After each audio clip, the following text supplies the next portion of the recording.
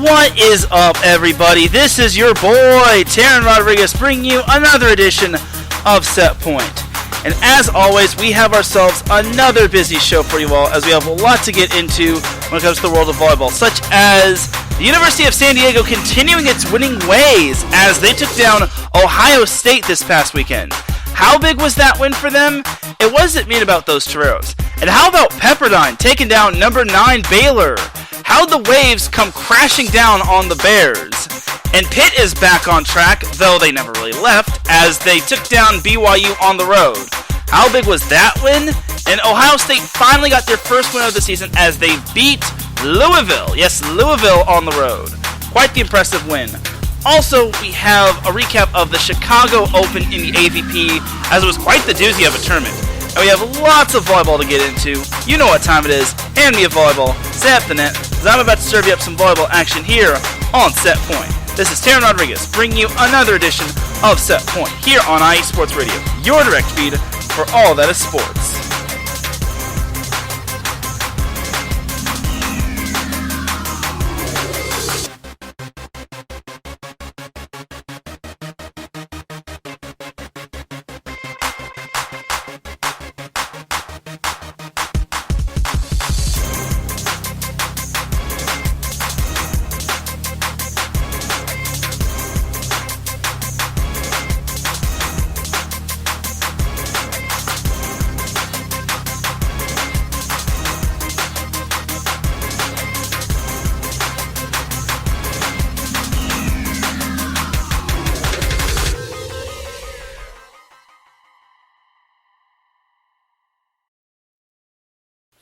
And welcome one, welcome all to another edition of Set Point. I hope you all are having a great Monday evening, Monday afternoon, Monday wherever you are listening from. Either way, you have made your way into episode 158 of Set Point.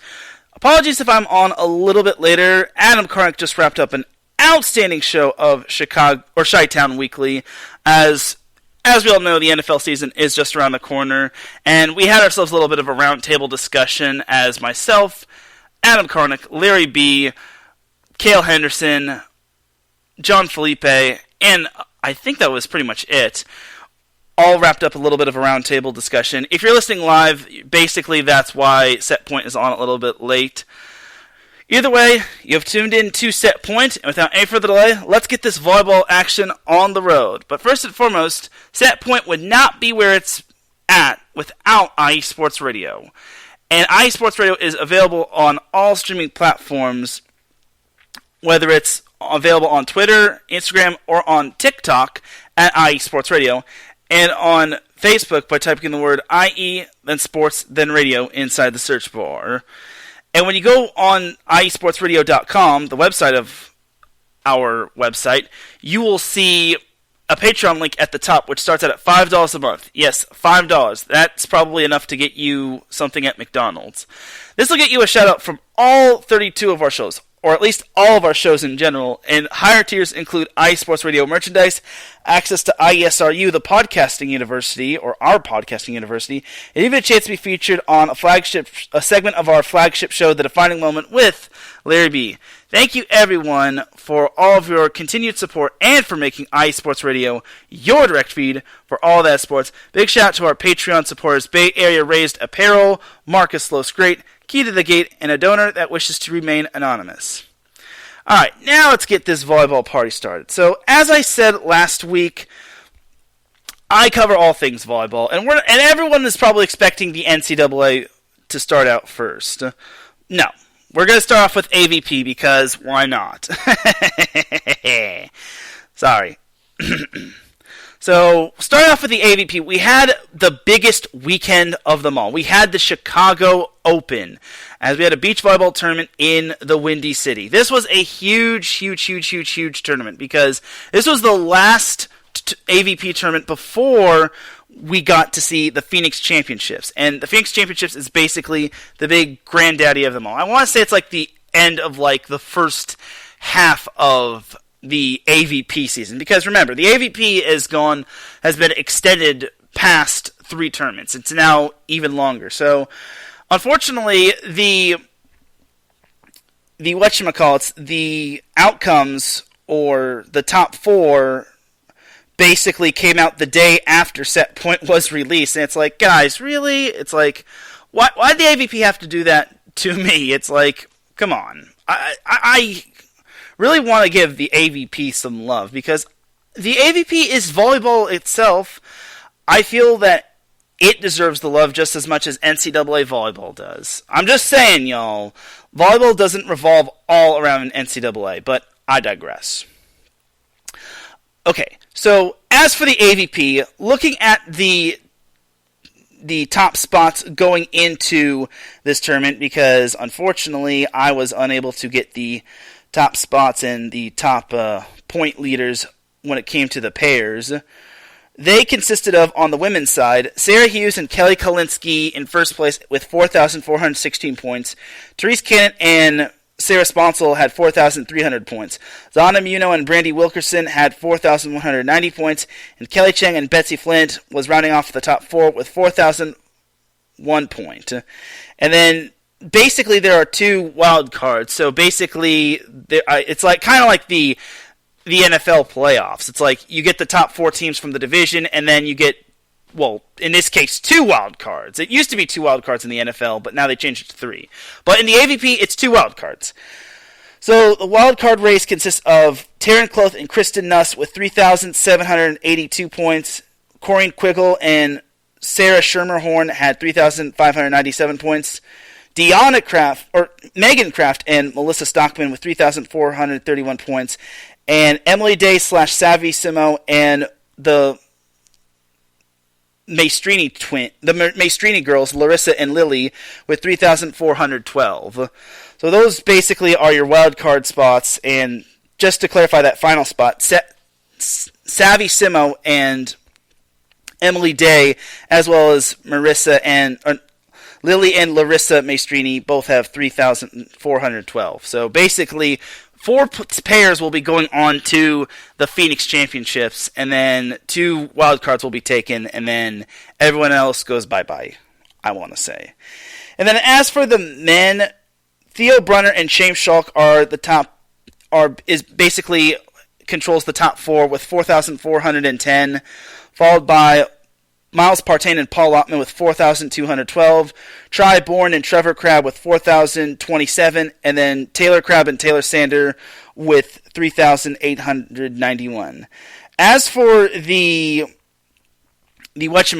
wild card race, Troy Field and Chase Budinger have 3,801, and then the second place is kind of interesting. Casey Patterson and Phil Dalhauser have 2,095 points, while Andy Benish and Chase Evans also have 2,095. They are guaranteed to have more than 3,431 following the Chicago Open. So that's something to definitely keep an eye on. And then Allen and K. Spear were basically the final team from the wild card. Technically, Patterson and Dalhauser, along with Benish and Evans, aren't supposed to be behind Troy Field and Chase Budinger, but because they haven't played in the Chicago Open yet, they don't have their final set of points. So that's basically it for that little spiel of all the rankings of which pair each pair has in terms of points. Now, as for the Phoenix Championships, the ones that are locked in, that have guaranteed a spot in the Phoenix Championships, starting off on the women's side, we have Sarah Hughes and Kelly Kalinsky. They are locked in, so no matter what happens in the Chicago Open, they basically are locked in to the Phoenix Championships, along with Therese Cannon and Sarah Sponsel. They're also locked in. As for these pairs, here's the scenario for some of these pairs. Kelly Cheng and Betsy Flint need third place in order to make it to the Phoenix Championship, and that's if they get third place. If they get anything lower than that, then sorry, no go. And then Taryn Cloth and Kristen Nuss, as well as Corinne Quiggle and Sarah Schermerhorn, as well as Megan Kraft and Emily Stockman, all need to finish first in this tournament. They all need to finish first in the Chicago Open, otherwise it's no Phoenix Championship for them. No Super Show! And then as for the Phoenix Championships scenario, in terms of the men's side of things, Theo Brunner and James Schock are the only pair that is locked in when it comes to the Phoenix Championships. Paul Lottman and Miles Partain need to finish third in the Chicago Open, while Tri Bourne and Trevor Crabb also need to finish at least in third place. As for these four pairs, Taylor Crabb and Taylor Sander, Chase Budinger and Troy Field, Phil Dalhouser and Casey Patterson, as well as Andy Benesch and Chase Evans. Those four pairs need to finish first place. Only one pair can finish first. Regardless, basically that's kind of your Phoenix Championship scenario. So at the very least, we'll probably get at least two more pairs if all the cards are played right. 3 is doable. So let's get on into the Chicago Open, or let's recap the Chicago Open. So here for the Chicago Open, it was quite the interesting tournament, as everyone thought Sarah Hughes and Kelly Kalinsky were going to be the pair to beat. This is why I don't like making predictions, because I feel when it comes to the AVP, it's wide open, especially with the tournament like this, with the stakes so high.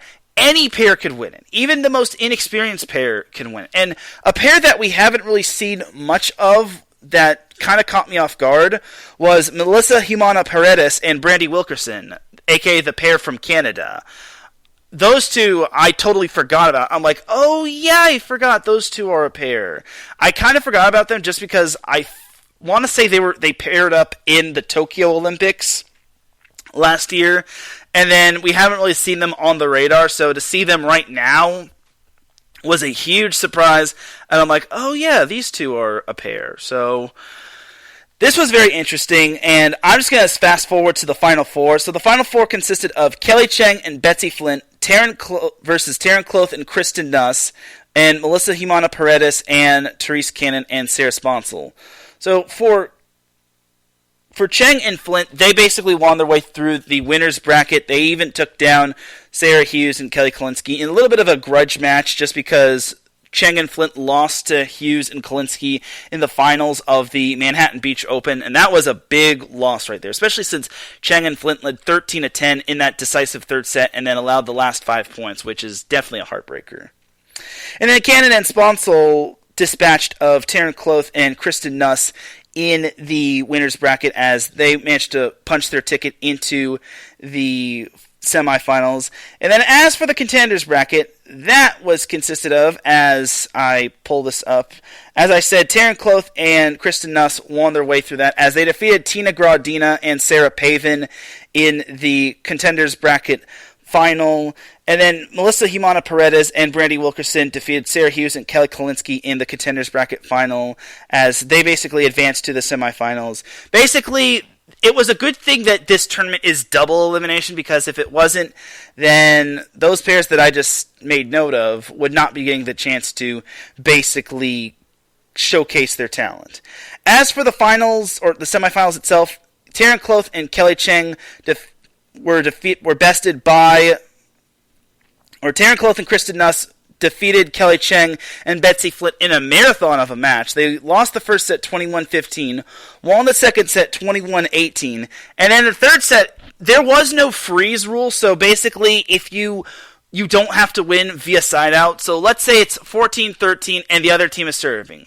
If you score on that point, you basically win. So there was no in the freeze, which I think is kind of 50-50. I mean, for those that are like casual volleyball fans that are so used to the 25 points, must win by 2, or anything of that sort, it's kind of going to be unusual for you to see that. But if you're someone who kind of knows about the old school rules where you had to score a point via side out, then you would know that it would take forever. Like, if the side out scoring was basically in effect today, matches would take a whole lot longer, especially on indoors.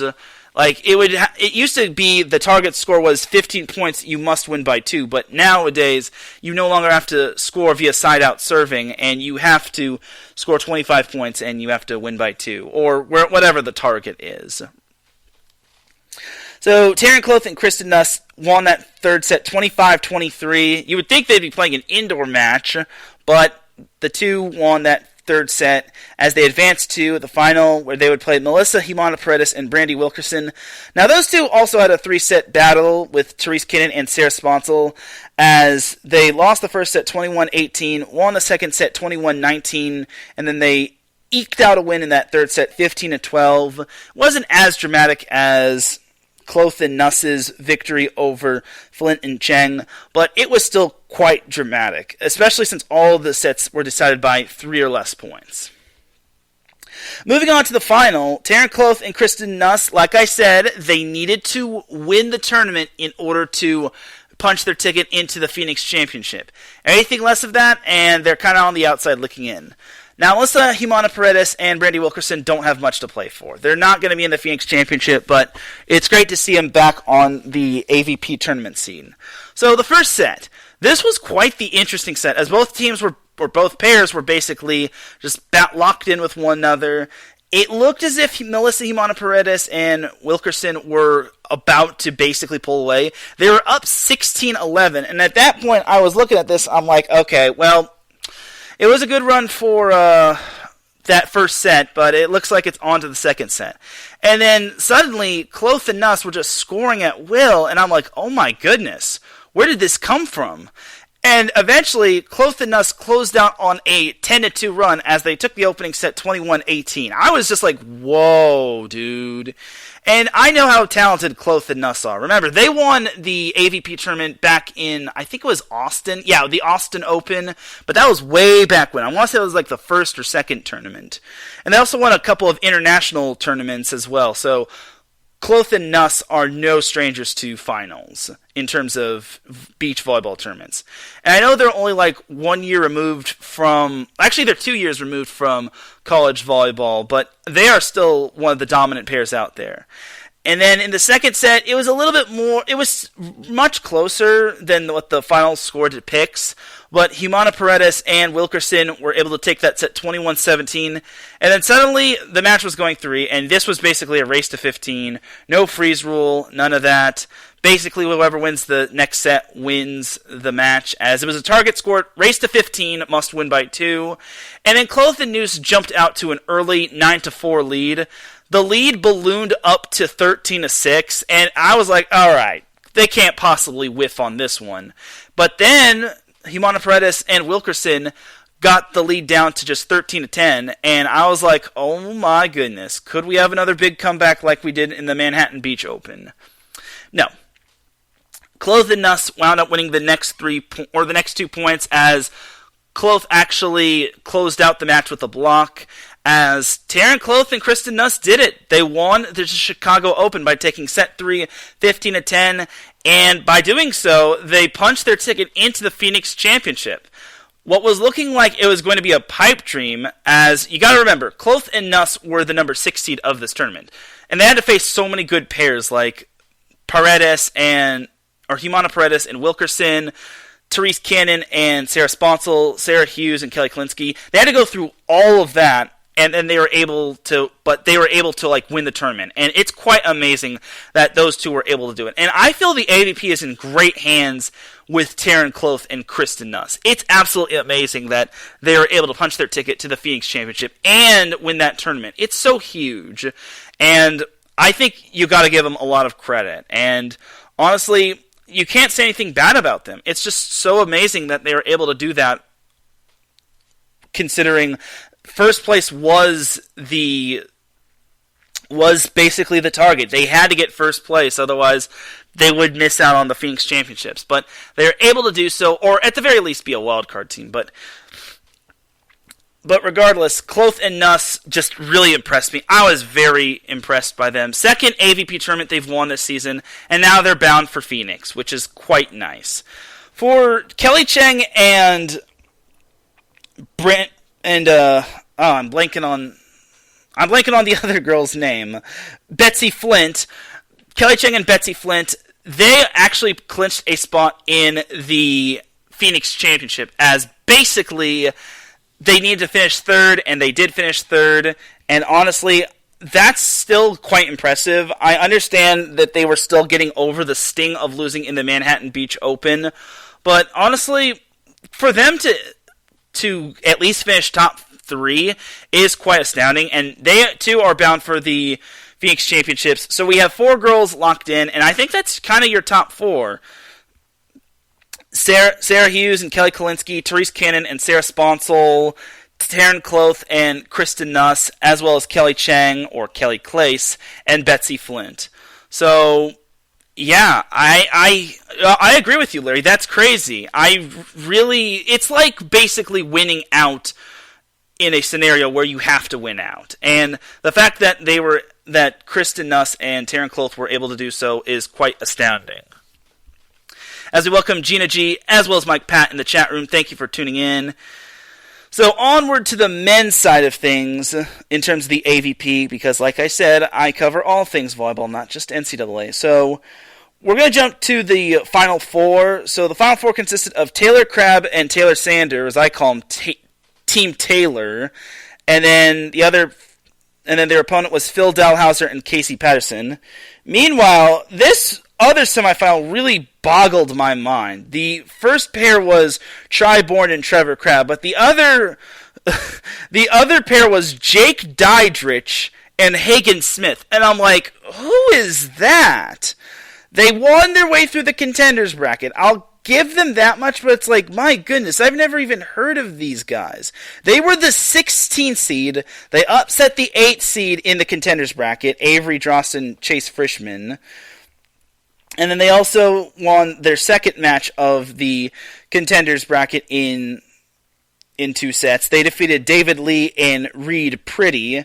And then they also defeated, in the semifinals of the contenders bracket, Evan Corey and Dave Palm.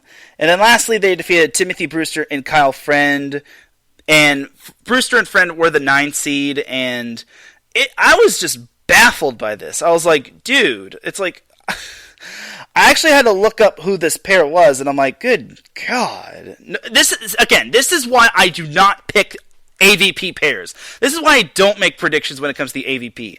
One, I'm not the most knowledgeable person about it. Like, I will talk about the AVP, but I'm just going to go on the record and say I'm not the most knowledgeable person when it comes to the AVP, but I am willing to acknowledge the AVP. You hear me, world? I will acknowledge the AVP, and that is not getting left behind. Let's get that out of the way. But I'm not the most knowledgeable guy out there. I know all I can tell you is in terms of knowledge is that April Ross and Alex Kleinman are the best female team, but I don't even think they're playing as of right now. So, and they aren't because they aren't entered in any AVP tournaments. Otherwise, we would have seen them take names and kick butt. But I digress. Anyway, moving on to the semifinals. Taylor Crabb and Taylor Sanders swept Phil Dalhouser and Casey Patterson. Now, I was very surprised by this, just because Dalhouser and Patterson needed to win this tournament. They needed to win. First place. If you're not first, you're last, and unfortunately, they couldn't win. And like I said, Dalhouser and Patterson needed to finish first in order to clinch a spot in the Phoenix Championships. Now they're going to have to wonder what their fate is going to be in terms of the wild card, as Taylor Crabb and Taylor Sanders swept them 21-16 and 21-17. And not to my surprise, Tri Bourne and Trevor Crabb swept Jake Dydrich and Hagen Smith 21-13 and 21-11. I hate to say this about Dydrich and Smith, but they're kind of that feel-good story that everyone wants to see do well, but unfortunately they run into the other feel-good story, and then they wind up losing, and it would have been great to see a 16 seed win an AVP tournament, but unfortunately that is not the case. We had a double-digit seed win a tournament earlier in the season, but unfortunately it was not going to happen. So the final consisted of Taylor Crabb versus Taylor Sander and Tri Bourne versus Trevor Crabb. Now, Tri Bourne and Trevor Crabb already clinched their spot in the Phoenix Championship. Remember, they needed to finish no worse than third place in order to do so. And even if they lost in the final, they would basically get at least second. So those two have punched their ticket in. But for Taylor Crabb and Taylor Sander, they needed to finish first. Otherwise, basically, they'd have to make it as a wild card, or they wouldn't get in at all. So, as for the first set, it was a very tight set. Like, both of these pairs were basically neck and neck.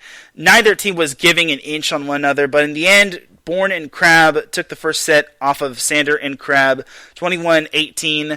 what I like to call this rivalry, as everyone likes to call it, I called it a crab broiler, but I guess the correct terminology for the crab versus crab rivalry is crab boil. But I guess, according to the AVP Twitter account, crab broiler works just as well. So, yeah. So the second set was kind of looking like the first set, except Taylor Sander and Taylor Crabb led throughout most of the way. Bourne and Crabb tied it up at 18-18 and then 19-18 or 19-19, but then Sander and Crabb took the next 2 points as they won the second set 21-19 as the match went 3. And like I said, Sander and Crabb needed to win the match in order to lock up a spot in the Phoenix Championship. If Bourne and the other Crabb win it, basically that was that for Taylor Sander and Taylor Crabb. And the third set was bonkers. It was mostly led by Trevor Crabb and Tri Bourne. It looked as if this was going to be I wouldn't say a runaway, as Trevor Crabb and Tri Bourne led 11-9. Taylor Crabb and Taylor Sander tied it up at 11-11. And the two pairs were eventually tied at 13-13. But actually, no. Taylor Crabb and Taylor Sander took the lead at 13-12. Then it was eventually tied at 13-13. Crabb and Sander had match point, and I was like, well, this is it. If they get this point, they win the match. But Tri Bourne and Trevor Crabb were not going down like that way, as they wound up staying alive in the match. And although they needed 3 match points, Tri Bourne and Trevor Crabb eventually clinched it as they won the third set 18-16, denying Taylor Crabb and Taylor Sander a spot in the Phoenix Championship. So we don't know what their status is going to be like in terms of making. I imagine they'll be either in the top 4 or they'll make it as a wild card. Either way, it was just a heartbreaking loss for Taylor Crabb and Taylor Sander, as they came oh so close to winning the tournament, but alas, they just fell just short to the number 2 seed, Tri Bourne and Trevor Crabb. So it's another great installment of the Crabb versus Crabb rivalry on the AVP, and honestly, I love it. I love rivalries like that, especially when it's sibling rivalry. And I just think it's a great rivalry. I just think it's a great and beautiful thing when it comes to the AVP, and we need more of those sibling rivalries. And it would be cool to see the Crabb brothers pair up. I think they've paired up in the past, but then I guess they wanted to go their separate ways just to mesh well with other partners. Either way, I don't have the backstory on that, but they're both 2 Long Beach State graduates, so I'm pretty sure Alan Knipe was happy for one, if not both of them. So that is that for the Chicago Open, and basically tomorrow we're going to get who is basically going into the Phoenix Championships. So the Phoenix Championships is not going to be this weekend nor next weekend.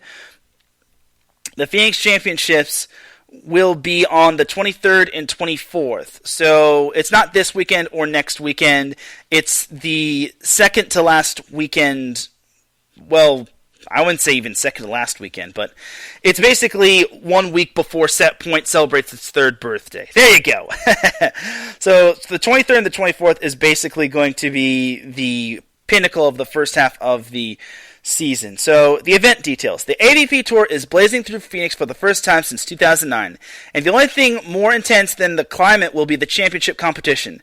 Different from all other events this season, the Phoenix Championships will feature the top 4 teams per gender from the 2022 Gold Series events.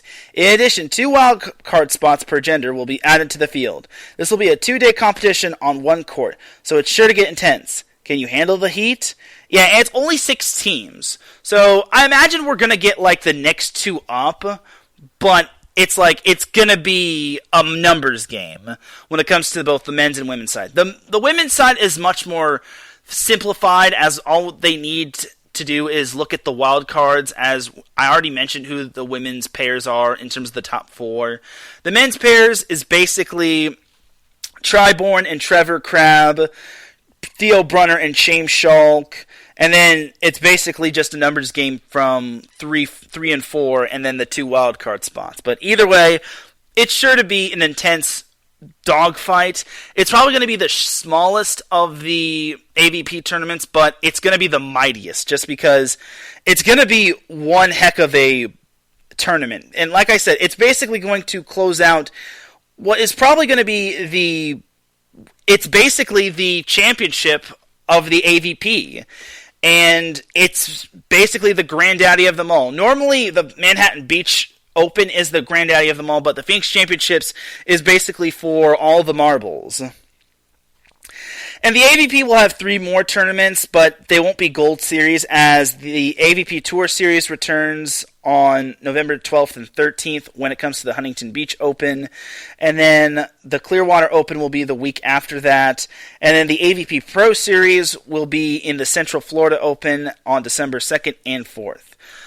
So that's pretty much that for the AVP. So after September 23rd and 24th, it's basically going to be like a 1.5 month hiatus from the AVP, which it's kind of going to feel a little weird, but I think the AVP kind of needs it.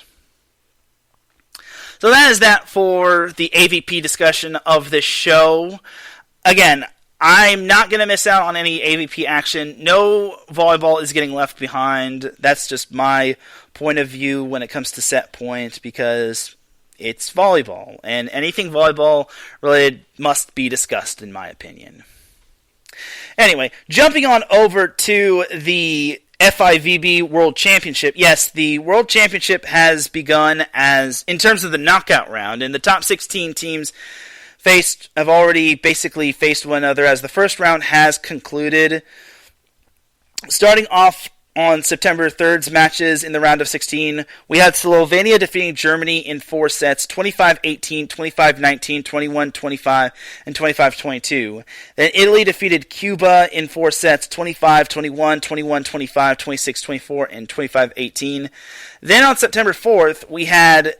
Oh, I should also mention that Slovenia and Italy will be facing one another in the quarterfinals. On September 4th, we had the United States outlasting Turkey 25-21, 25-17, 22-25, 19-25, and then 15-12. Then we also had Poland, the host team, sweeping Tunisia 25-20, 25-15, 25-20. The U.S. will play Poland in the quarterfinals. And boy howdy, that's going to be an interesting quarterfinal.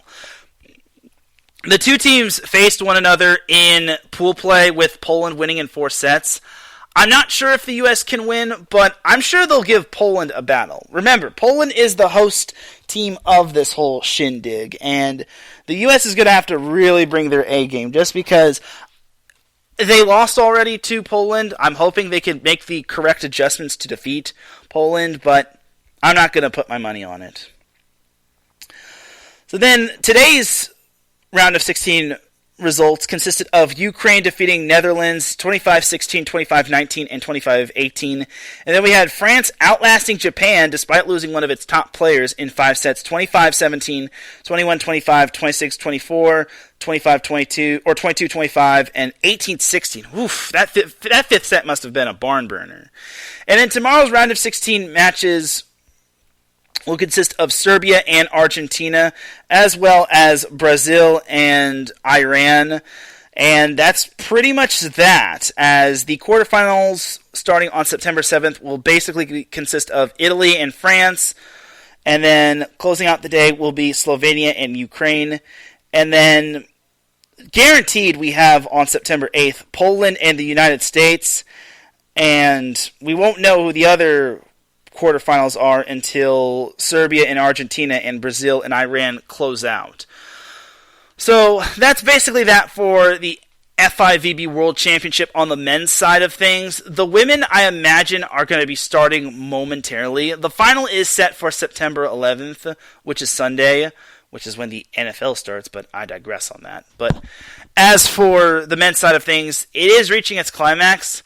The U.S. is going to have a real tough time trying to defeat Poland, but if they just serve and pass well and they score more points than the other team, a little cliche, I know, then I for sure think that the U.S. is going to advance to the semifinals. It's not going to be easy because they're playing in front of a packed house. Like, it's going to be crazy. It's going to be spirited. There's going to be lots of shouting. There's going to be cheering for both teams. There's going to be words that the United States probably doesn't even know of, but when it comes to the Poland fans. But regardless, it's going to be a great quarterfinal. And the other quarterfinals are going to be good as well, as Italy-France should be a little bit of an interesting quarterfinal. Will France be at full strength? And then Slovenia-Ukraine should be an interesting matchup. And believe it or not, Slovenia is actually one of the other host sites of this tournament. So, yeah, Slovenia should have the advantage over Ukraine, but you never know when it comes to these types of matches. So that is that for the FIVB portion of this show. I kind of breezed through it just because I have a lot of volleyball to get into in terms of NCAA. It's going to be a whirlwind of a segment for the NCAA portion, so we're going to take ourselves a quick little break. When we come back, we're going to have a lot of NCAA volleyball to get into. We got the recaps of some of the upsets from last week. I also have a recap of my time at Long Beach State versus Notre Dame last Saturday. And then I also have some Set Point awards to give out for this week. So keep it locked here. You are listening to Set Point here on IE Sports Radio, your direct feed for all that sports. We'll be right back after this. Sports fans, do you like teams that are tough, cities that are tougher, and fan bases that are passionate about their teams? How about teams that are historic and stadiums that are iconic? Then you belong in Chicago, and you need to check out Chi-Town Weekly. Join me, Adam Kernan, every week as we keep up with all things Chicago sports. Bears, Bulls, Blackhawks, Cubs, White Sox. We'll cover them all, plus more. The Windy City is always buzzing, and we'll keep you up on all the big games and major stories. So tune in to Chi-Town Weekly every week right here on IE Sports Radio, your direct feed for all that is sports.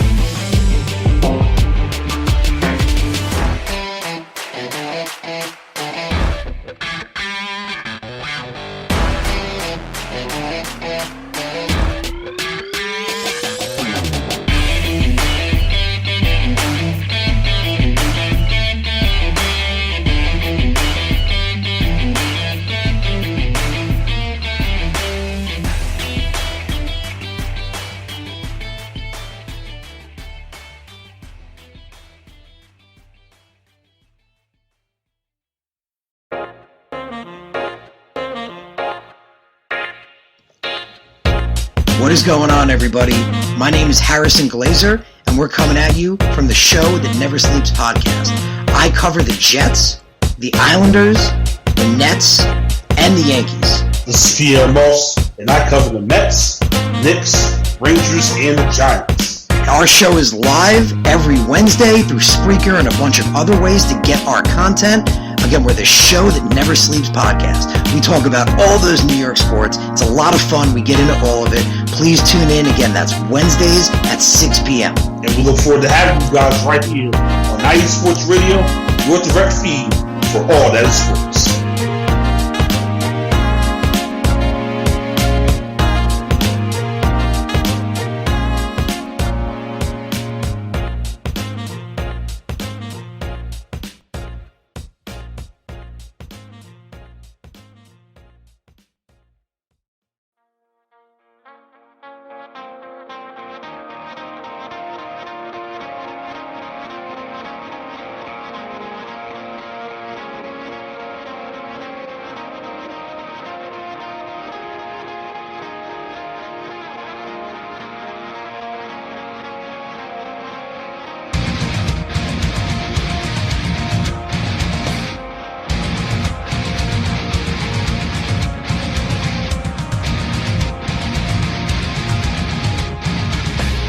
Hey sports fans, do you like wine?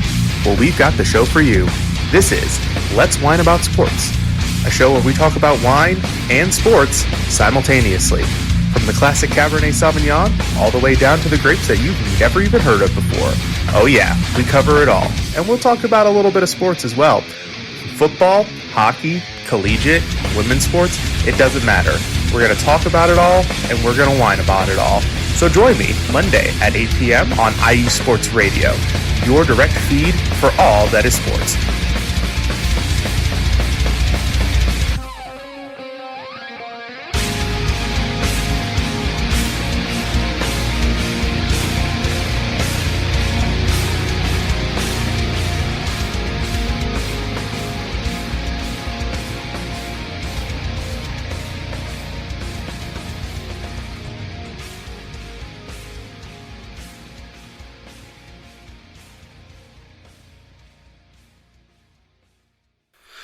back with segment number 2 of Set Point here on IE Sports Radio, your direct feed for all that sports. Definitely do check out all of our amazing shows, such as Chi-Town Weekly with Adam Karnick. As I just mentioned earlier, Adam Karnick went for 2 hours, pretty much 2.5 hours, and honestly, it was just an amazing show. That's why Set Point Live started a little late. The show that never sleeps with Pierre Moss and Harrison Glazer is also another good show as it talks about New York sports. And also, Let's Whine About DMV Sports with Mike Pat is an amazing show. It's probably the best wine and sports show ever. Mike always says that Set Point is the best volleyball show on the planet. Well, his show is basically the best wine and sports show on the planet. So, yeah. And Adam Kark pops in the chat room. He says, "Good evening, Teran." And he also asks a football question to Gina G. And he also says he has a V-ball question, too. So, go ahead and lay it on me, buddy. But right now, we have some NCAA volleyball to get into. We have the second half of the show to get into. It's basically going to be all NCAA volleyball on the women's side of things, as basically it was another eventful week in terms of NCAA women's volleyball. And honestly, I went to one of the matches last weekend. I went to Long Beach State versus Notre Dame. It was this final match of the Long Beach State tournament. I'm going to fast forward through the Long Beach tournament because I didn't go to all the matches because I was busy. So the first matchup was Long Beach State versus Boise State. This happened on Thursday. Long Beach State beat Boise State in 4, as that was kind of a revenge game, but according to Tyler Hildebrand, he enjoyed having both Boise State and Notre Dame in the Long Beach State Gymnasium. And then also, Boise State played Notre Dame on Friday. Boise State came out on top, winning in 4 sets, which is very nice. So the final match we had was Notre Dame versus Long Beach State. Basically, it was quite the interesting match, as Long Beach State, I'm just going to cut to the chase here. Long Beach State swept Notre Dame, but it was kind of close. The first set was 25-21, and it's like, okay, kind of expected, but not necessarily expected, considering Notre Dame is having a little bit of a rebuilding year. And I'm not going to try to bash them too much, but it's like they lost so much talent to the transfer portal and to graduation. So I kind of figured it would kind of boil down to that. And then the second set, despite it being close, Long Beach State led throughout the entire way, and it was never tied, as they won the second set 25-23. Adam asks, is Notre Dame traditionally good in volleyball? Yes and no. Last year, they weren't really. They got off to such a sluggish start in non-conference play. They eventually started to pick it up, but it was too little too late. They finished under 500, and they missed the NCAA tournament. They normally do have a good team. It's just that they've kind of hit a little bit of a rough patch. And then the third set, there was only one tie. It was probably in the early stages of the match. But Long Beach State eventually won that set 25-23. As the interesting thing was, Long Beach State never trailed once in the match. They never trailed in any of the 3 sets. And I was like, is this kind of going to be a thing? And they almost didn't even give up a service ace. But unfortunately for Long Beach State, Fiona Schrader had herself a nice little service ace which caught Long Beach State off guard. And unfortunately for Notre Dame, unfortunately for Long Beach State, that was the only ace given up. But either way, Long Beach played a clean game. They held Notre Dame to only a hitting percentage of 71, despite Long Beach State only hitting 152. Despite getting outblocked 9-6, Long Beach State out-aced Notre Dame 5-1, though they had double the service errors that Notre Dame had. In terms of digs, they did get outdug 57-55, so just barely. But in terms of their kill leaders, they were led by Morgan Chacon and Natalie Glenn. Both were transfers, Glenn being from Minnesota and Chacon being from Florida State. They both had 10 kills, while Victoria O'Sullivan had 7 kills. She, I want to say, was a transfer from, San Diego State, I want to say? Either way, yeah, Victoria O'Sullivan had 7 kills. Callie Schwarzenbach, who transferred from Nebraska, as well as Katie Kennedy, who was one of the returning Long Beach State players, each had 5 kills in the middle. And then Zayna Meyer, the redshirt freshman who transferred from BYU, had 4 kills. She also had 32 assists, 17 digs, and that's pretty much that. So she stuffed the stats quite nicely. Overall, it was just a clean game for Long Beach State, and to Notre Dame's defense, they did not have their starting setter, as their setter did get hurt in the previous match against Boise State, and that's rough when you lose your setter, especially when you're on the road and you have to adjust on the fly for when it comes to your next opponent. And it really does stink, just because losing your setter is like losing your quarterback, and it just really, it's not fun, and you have to basically just make your adjustments. And I felt bad for Notre Dame. If I had known about this, I wouldn't have been so weirded out, as Fiona Schrader basically had to take care of the setting duties. And yeah, it's just quite the bummer that we didn't get to see Notre Dame at full strength. It's not that having the setter would have been a big difference, as Josie Johnson was the one that unfortunately was injured, but having her would have probably made the 6-2 offense run a little bit more swimmingly. Like a 6-2 offense from 5-1 basically is just so much more different.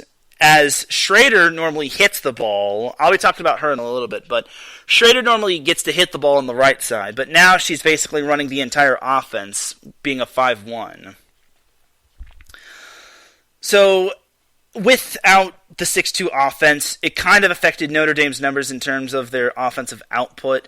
I unfortunately could not get a word from their coach, just because Notre Dame had to get to the restaurant, and then they eventually had to get out of here in terms of going back to South Bend. But I did get to talk to head coach Tyler Hildebrand in the post-game press conference, as I asked him a couple questions. The first question was attaining to the win and not trailing once in the match against Notre Dame. So here's my first question to Tyler Hildebrand, Long Beach State men's or women's volleyball coach. Tyler, obviously you're enjoying the win, you're enjoying the 2-0 week, and you're... Oh, I think that's the wrong one. Tonight, your team never trailed at once in the match. What can you say about that, your team, and how it was able to basically just stay ahead of Notre Dame, being a scrappy team from a Power 5 conference? Well, we have a saying that perfect is the enemy of good, and it doesn't matter what team I've ever been with as a player or coach, that's the hardest thing to get over, because we want to be perfect. That's what drives us. So I didn't know that we didn't trail, but I mean, we all know that we can execute a little better in volleyball in all areas of the game, but I think it's a good sign that we want to get better when we didn't trail against a good Notre Dame team, all match. So that was Tyler Hildebrand's response to my little question of not trailing the whole match and what did it take. Yeah, I feel Notre Dame's record is a whole lot misguiding, just because they do have talent on their team.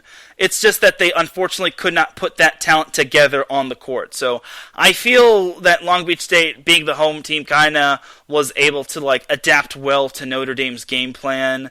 And Notre Dame not running its 6-2 offense, I think, kind of hurt them. It made Long Beach State adjust, because Long Beach State eventually had another day to prepare. But for Long Beach State, they just looked so much more crisper, and they just looked a little bit more spry. And overall, it was just a good win for Long Beach State. They capped off the week going 2-0, as basically, I really thought that Long Beach State, they're really proving me right when it comes to buying stock into them. This is a team you definitely have to buy stock into. I really think that this team has to have stock bought into going forward. I think that the Beach can possibly make noise in the Big West Conference. Tyler did say that the team is not where they want to be, but his main goal is to get more people in the stands. He wants to see more Long Beach State fans. He wants to see more volleyball fans in general. And I also asked Tyler Hildebrand on his upcoming match, or Long Beach State's upcoming match against Nebraska, which is going to be in not a hostile environment, but a loud environment, a spirited environment. As a disclaimer, I said that the Nebraska environment was hostile, but I meant to say that it was loud.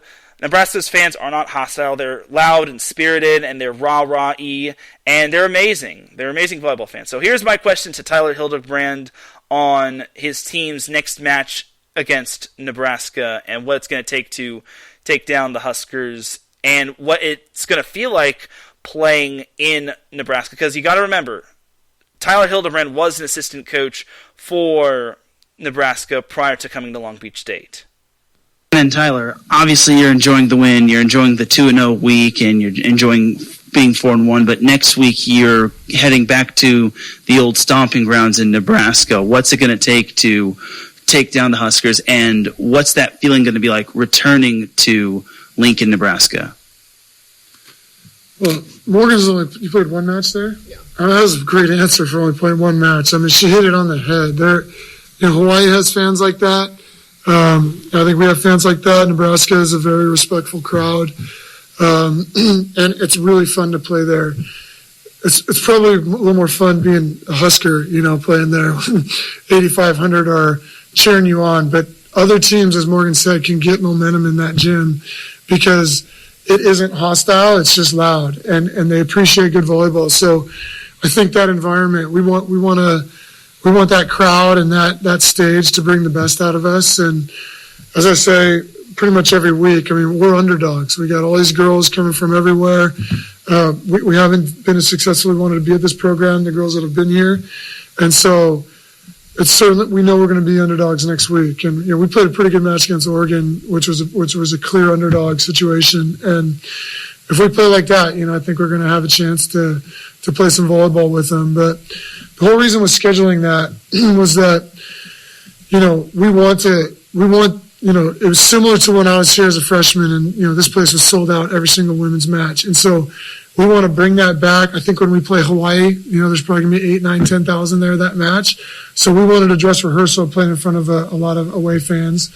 And I wanted our girls to see what it's like at the top. And this is where we're trying to go. We're trying to build something like that again. And so they get a taste of it, and, we're going to have nothing to lose there. We're going to go in and ready to play our game and give them a good shot. I think it'll be really special for me and Callie because they take care of people that have been there. There'll probably be about a 3-minute standing ovation when they announce Callie's name. And that's pretty cool. That's how much they care about the people and I'll probably get one too. And so, but, we just wanted to be tested in front of a big crowd and get to see what it's like. And that way we're prepped to try to win our conference. And that was my second question to Tyler Hildebrand regarding the next matchup being against Nebraska. So, yeah, Long Beach State's going to be underdogs. There's no better way to dance around it. Long Beach State's going to be underdogs, and it's going to be tough to play Nebraska, but I do like his answer. I do like how he basically says it's basically kind of like a final dress rehearsal, but just because conference, I think it's up for grabs. Hawaii kind of had its ups and downs last weekend. They had some ups and downs this weekend, and then Santa Barbara's kind of off to another sluggish start. But I think they're eventually going to get back on track, hopefully soon, for their sake. And then Cal Poly had an off weekend. So I think for Long Beach State, it's looking really good for them to possibly do well in the Big West Conference. I'm not going to try to put them on a pedestal and say that Long Beach State is going to win the Big West Conference, just because I want to see them actually perform well. Like, it's easy to say that they can, for someone to talk a big game for Long Beach State, but they actually have to go on the court and they actually have to take care of business. So that is that for my little recap of the Long Beach State-Notre Dame match. Something else I got to see was that I got to see both teams switching sides. So previously, back when the COVID-19 pandemic happened, in terms of volleyball, teams would not be able to switch sides. But now I got to see fans switch sides. I got to talk to Tyler, as well as the other media people got to talk to Tyler during the match. He was talking about how he's hoping to get more fans involved. So that's that right there for Long Beach State-Notre Dame. Let's jump to the other big-time upsets, now, which is basically what I talk about. So this happened on Thursday, and this was I forget what tournament this was called, but I'll just call it the Pepperdine tournament, as number 9 Baylor took on unranked Pepperdine. Remember, this was a Pepperdine team I was saying to buy stock into. I was telling you all to basically buy into the hype, because this Pepperdine team is basically looking good. As Adam asks, so things are returning mostly to normal? Yes. Teams are switching sides, and it's not going to be one team being on one side and the other team being on another side. Or, in this case for Long Beach State, the home side being on the far left side, and then the away side being near the student section.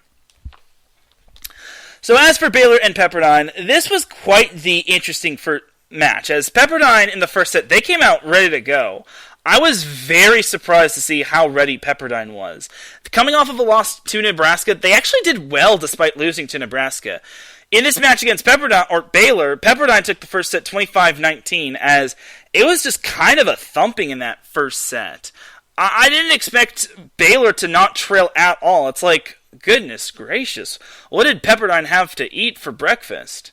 The second set looked a little bit more normal, as Baylor barely trailed. They only trailed once, as they took the second set 25-18. This was basically the match of runs. Every time one team got on a run, they basically just ran away with it, and vice versa. Now, the third set, Pepperdine only trailed once, but there were 5 ties, and despite Baylor making it an interesting set, Pepperdine eventually took the third set 25-13, or 25-23, and then the fourth set, Pepperdine just got off to a hot start. They used the momentum from set 3, carried it over to set 4, and then they won it 15-17, securing an upset over a top 10 team. I was very impressed that Pepperdine was able to pull this upset off, but remember, you got to buy your stock when it comes to this team. This is a Pepperdine team that returns Rachel Ahrens, as well as Meg Brown, and a bunch of other players. The only big question mark for this team is their libero, as losing Madison Shields is going to be the big question mark. But it looks like their libero that they've settled on is Riley Patterson, as she had 13 digs. She led the team with 13 digs. In terms of kills, Grace Chillingworth was the one that led the team in kills with 17 kills. And here's the thing. Rachel Ahrens and Meg Brown can take over the match whenever they want. But if Pepperdine gets Grace Chillingworth involved, this is going to make Pepperdine so much more better. And this is what's going to really have everyone's eyes on the waves, and it's going to be huge for them. Rachel Ahrens also had 12 kills. I should also mention that Chillingworth hit 438, which is not bad. Meg Brown had 10 kills, and she hit 381. Vanessa Polk, who is another middle, she had 9 kills, and then Emily Helmuth added 7 kills as well. As a team, Pepperdine hit 276, or 278, or no, 268. I'm mixing my numbers here. They had more service aces than service errors, which was quite impressive. They had 7 aces to Baylor's 5. They had 3 aces from Isabella Zayala, who also added 7 digs and 39 assists, as well as 4 kills. As a team, Pepperdine had 7 blocks, even though they got outdone in that category. They got outblocked 10.5 to 7. And they outdug Baylor 63-59 as, like I said, Chillingworth had 12 digs. Trinity Stanger, who is kind of the other libero, if not the serving specialist for Pepperdine, she had 11 digs. And then Kaylee Hames, the sister of Nicklin Hames, she had 10 digs as well. So I really thought Pepperdine played a great match. And to take down a Baylor team which beat Wisconsin, the reigning national champion, is quite something. As for Baylor, they were led by Riley Simpson, who had 13 kills. Lauren Harrison and Mallory Talbert each had 11 kills. That's kind of where the buck stopped in terms of that category, as Baylor hit 211 for the match. Avery Carlson chipped in 45 assists as well as 6 digs. Lauren Briseno had 15 digs. Sophia Keene also added 9 digs. And then Harrison and Alexis DaCosta added 7 digs as well. So overall, despite outdoing Pepperdine in certain stats, they just could not pull out that third set win. And I think that was kind of the turning point. Losing that third set really ignited Pepperdine and carried the momentum into set 4. And this is kind of a little bit of a statement win for Pepperdine, just because, remember, this was a Pepperdine team that was unranked, and they had actually lost the last 2 meetings to Baylor, as if you remember a couple seasons ago, they lost to Baylor in a non-conference game in 5 sets, and they also lost to Baylor in the NCAA tournament in 5 sets in the round of 32. So I think this is huge for players like Meg Brown, Rachel Aarons, Isabella Zayala, and all the players that were on that Pepperdine team, which lost to Baylor a couple seasons ago in the COVID shortened season. Jumping over to Saturday, we had another bit of an upset here, as we had San Diego versus Ohio State. So previously, San Diego actually lost to Louisville the day before facing Ohio State, as they actually lost to them in 4 sets. But in one of the sets, San Diego gave Louisville a spanking. This was in the Louisville, I want to say it's called the Louisville Cardinal Classic. I'll just call it the Louisville tournament. Regardless, it was played at the KFC Yum Center, which is basically the main gymnasium for Kentucky. But either way, this was kind of an interesting match. It saw San Diego sweep Ohio State, but all 3 sets were close. The first set was won 25-22, 10 ties and 5 lead changes. Second set was won 26-24, 11 ties, 4 lead changes. And the third set was won 28-26, 15 ties, 4 lead changes. So for San Diego to win in 3 close sets against a very talented Ohio State team, it's really amazing, because I am going to own up to this, and I still own up to this. I didn't think San Diego was going to be great, but I kind of forgot that San Diego added 2 transfers from Indiana, 1 transfer from Penn State, and I want to say they added a defensive specialist from BYU. But yeah, Adam says KFC Young. No, I said KFC Yum Center, like Yum. So KFC Yum Center, not Young Center. So yeah, I'm sorry if you misheard that one, but yeah, it's called the KFC Yum Center. Like yummy. Anyway, as for Ohio State, they were led by Emily Londot, who had 19 kills. Gabby Gonzalez and Riley Rader each chipped in 9 kills, and then Janasia Moore chipped in 6 kills. As a team, I forgot to mention this, San Diego hit 297, while Ohio State hit 284, which isn't bad. For a close match, I kind of expected that from Ohio State. The only bad set that they had in terms of hitting was set 1, where they only hit 175. Mac Pedraza chipped in 37 assists, while Ohio State only had 2 service aces compared to San Diego's 5, and they missed 10 serves as well. In terms of blocks, San Diego outblocked Ohio State 6-5, which isn't much, and then they outdug Ohio State 45-41, as Annie Benbow added 11 digs, and Gabby Blossom added 38 assists to go along with 8 digs as well, so there was that. Back to Ohio State, Kylie Murr had 10 digs, and Sarah Sue Morbitzer added 9 digs as well, as it's good to see Sarah Morbitzer get some playing time, and I'm glad she got to see some playing time. If you know about Sarah Sue Morbitzer's story, please definitely give it a read, give it a listen. It is definitely a heartwarming story, and it may kind of pull at a couple of your heartstrings. So you also got to remember something about Ohio State. They played a very tough schedule. Last week, they lost twice to number 2 Texas, and then they have this schedule with playing San Diego, and they played Louisville. But in said match against Louisville, the day after they lost to San Diego, this was a whole other story. So Ohio State lost the first set to Louisville 25-17. There was only 1 tie, and Louisville never trailed. And I'm thinking, okay, yeah, this one's going to be Louisville all over the place. And some were saying that Ohio State's going to start, what was it, 0-8? Or they were going to be winless going into Big Ten Conference? Nah. Ohio State actually had other plans, because in set 2, Ohio State gave Louisville a spanking as they took that second set 25-15. Even though there were 5 ties and 2 lead changes, Ohio State hit the gas in that second set. And then the third set, there were 6 ties, 3 lead changes. Ohio State led a good chunk of the way, especially in that second half of the set. And despite a little bit of a comeback from Louisville, Ohio State won that third set 25-23.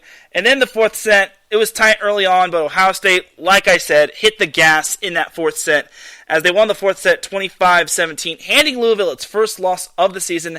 And in doing so, they actually snapped the second longest home winning streak that was currently active. I don't know how long it dated from, but to beat Louisville at Louisville is quite impressive. This match was actually played at the L&N Federal Credit Union Arena. So I don't know why Louisville plays in two different arenas. I get that one is for basketball, and then one is for I guess for volleyball, but I still think that we should see the KFC Yum Center being played more for volleyball as well. So as for the Ohio State kill leaders, they actually had a lot of kill leaders, as Emily Landot and Janasia Moore each had 15 kills. Moore hit 429 and Landot hit 344. Riley Rader chipped in 14 kills. She hit 500 and only had 2 hitting errors. And then Gabby Gonzalez added 11 kills and hit 280. As a team, Ohio State, a blistering 372. I was very impressed. Their only bad set came in set 1, where they only hit 176. As Mac Pedraza chipped in 4 kills, 45 assists, and 7 digs. This was kind of the Ohio State we have all come to know, and I'm glad Ohio State had this big breakout victory. They kind of needed it, especially since Jen Flynn Oldenburg scheduled super duper tough. And coming off of a loss to San Diego, Ohio State needed to win at least one match, and now they have everyone wondering, is Ohio State the real deal? Yes, they are. In terms of digs, they got 13 digs from Kylie Murr, who also registered a kill, which was quite nice. They got 12 digs from Londot, and then Sarah Sue Morbitzer chipped in 10 digs, and she also had a service ace, which was the first of her career. So good on Sarah Sue Morbitzer. As for Louisville, they were led by Anna DeBeer, who had 19 kills. She hit 390, which was very impressive. I'm going to butcher this name, Claire Chowsey. She had 13 kills. She hit 414. As a team, Louisville hit 248, which isn't terrible, but my glaring stat for this team was set 2. They hit negative 34, which is no bueno. You can't hit in the negatives against Ohio State and expect to win. I will give Louisville this. They outserved Ohio State. They had 9 service aces to Ohio State's 4, while they only missed 2 fewer serves than Ohio State. In terms of blocks, Ohio State kind of had that category on lock, as they had 5 blocks compared to Louisville's 4 in terms of a team. And then Louisville got outdug by Ohio State 49-40, but again, when Ohio State has 62 kills, you know Louisville's defense was no bueno. Leading Louisville in that department was Elena Scott, who had 20 digs. And in terms of assists, Raquel Lazaro chipped in 35 assists, which was quite nice. So for Louisville, this is kind of a bump in the road. But the good news for Louisville is that they don't have to worry about going undefeated. I'm sorry, Louisville fans, that wasn't funny, but, I had to get it out of the way. So that's kind of it for my little upsets from last week. Now, you're kind of wondering, well, Teran, what about Pitt and BYU? Alright, I've saved this segment for the last part of this recap before I get into this week's top 25. Pitt and BYU. So, Pitt was number 10 at the time, while BYU was number 7. And as everyone knows, Pitt defeated BYU in 4 sets. Just going to skim through the set scores. 25-19, 25-22, 19-25, 25-21. Everyone knows that Pitt lost to San Diego in the first match of the season. Let me just tell you all this. Everyone is saying Pitt is back. Pitt pulled off the upset. I'm just going to say a couple things. One, when did Pitt leave? Pitt never left. Second of all, for those of you saying this is an upset, this is not an upset. Pitt beat BYU last year, and I get it. Pitt had a much different team with Lecator member Monet. They also had Kayla Lund.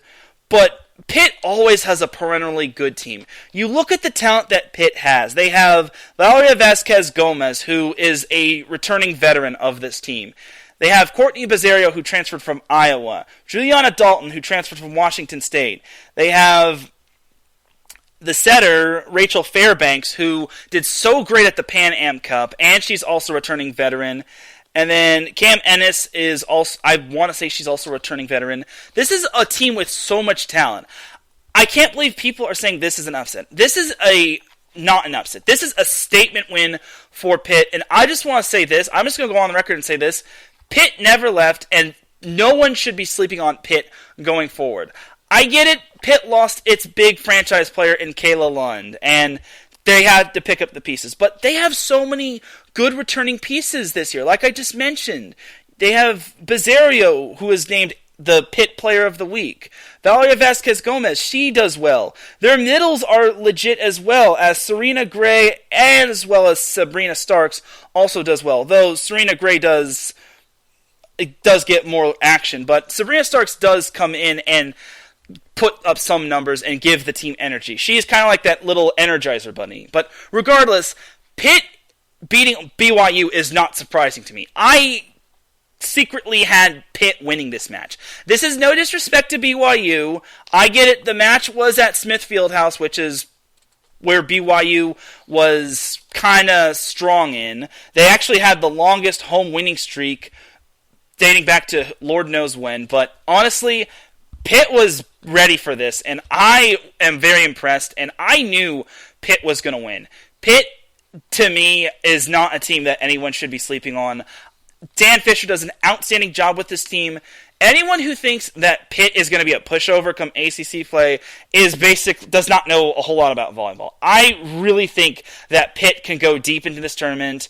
They can do great things in the ACC. And honestly, I think everyone who says this is an upset, I disagree with you respectfully. This is a statement win, and winning on the road against the number 7 team in the nation is amazing.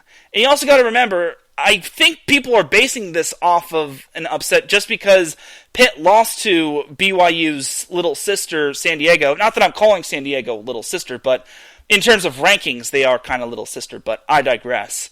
But for me, Pitt winning on the road is what really impressed me. And coming off of a 2-1 weekend, I really think that Pitt has so much upside. I think they are well coached. They have a great returning cast for their team. They have quite a bit of players that can stuff the stat sheet, such as Ashley Broski and Rachel Fairbanks. And they just have great talent overall. I just think Pitt is going to be a team that no one wants to face come NCAA tournament time, and who knows what this team can do come ACC play.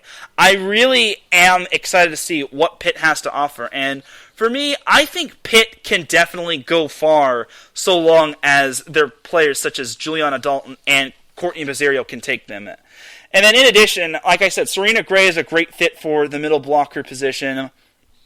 You also have Chiamaka Nwokolo, probably butchered her name, but I apologize in advance. I really think that this Pitt team, from top to bottom, is one of the more balanced teams. I think this team can push Louisville and Georgia Tech in the ACC. Again, I'm not going to try to put Pitt on a pedestal, but I just think that Pitt is a team that no one wants to see come NCAA tournament time, and I just think that Pitt, to me, is getting disrespect. I mean, yeah, they lost in the first game of the season, but it's the first game of the season.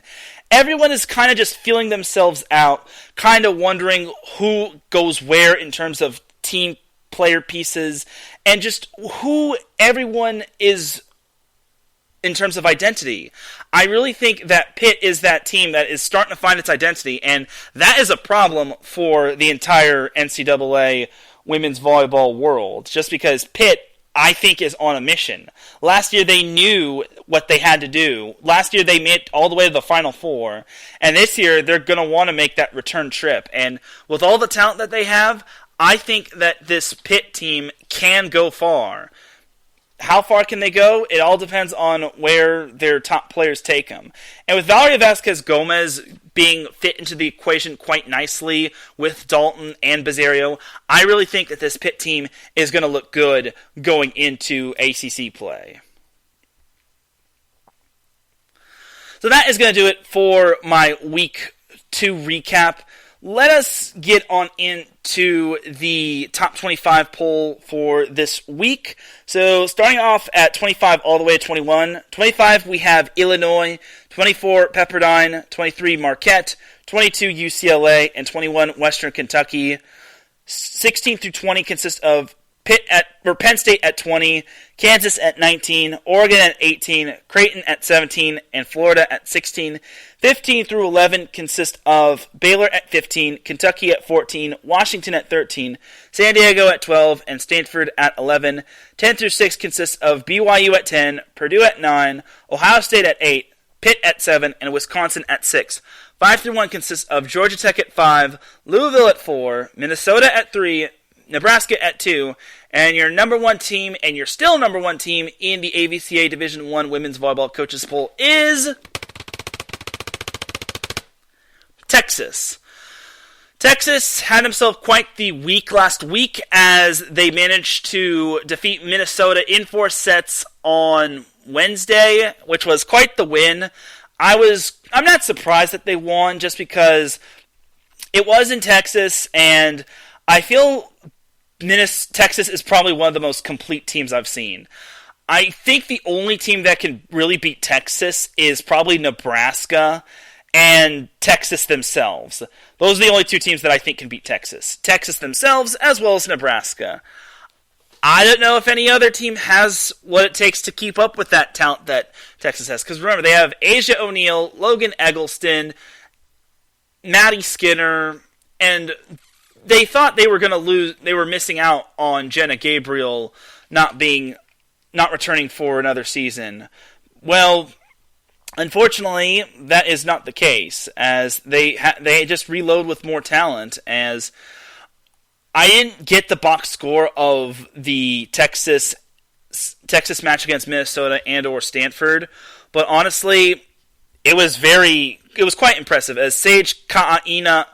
Oh, I'm going to butcher this name. Sage Ka'aina Torres has been doing well at setter, and now I'm remembering the libero, Zoe Fleck. She has been a great addition for Texas, as she did wonders at UCLA, and now she's doing even more wonders at Texas. And everyone thought they were going to lose a lot with Nalani Iosia, if that's how it's pronounced, transferring to Michigan State. Well, nope. Zoe Fleck is a thing. And then you also have, not Skylar Fields. Skylar Fields, they did lose to USC in terms of the transfer portal. But, again, Texas has so much talent all over the place. They did get that middle block. I want to say the middle blocker from Nebraska. I'm blanking on her name, but Texas is just has so much talent. It's just not even funny, dude. It's just crazy. And they also have Molly Phillips at opposite, who could also play middle. Kayla Caffey was her name. Kayla Caffey is the one that transferred from Nebraska. But this Texas team is just so loaded all over the place, dude. It's just ridiculous. Like, it's basically Final Four or bust for this Texas team. I don't want to hear the excuses of Texas not making it to the Final Four, because last year they lost. They were the number 2 seed, and they wound up losing to Nebraska in the Elite Eight. So I don't want to hear any more excuses. Like, Texas is so freaking loaded that it's not even funny. Like, this is Texas's probably best shot at winning. I don't want to hear the excuses this time. And Texas better be loading up soon, because once they get into SEC country, they're going to have to face Kentucky on probably at least a one-time basis, as well as Florida and also the improved Arkansas and the Tennessee. So Texas better get used to being loaded, just because, well, this could be something special for them, but we'll see.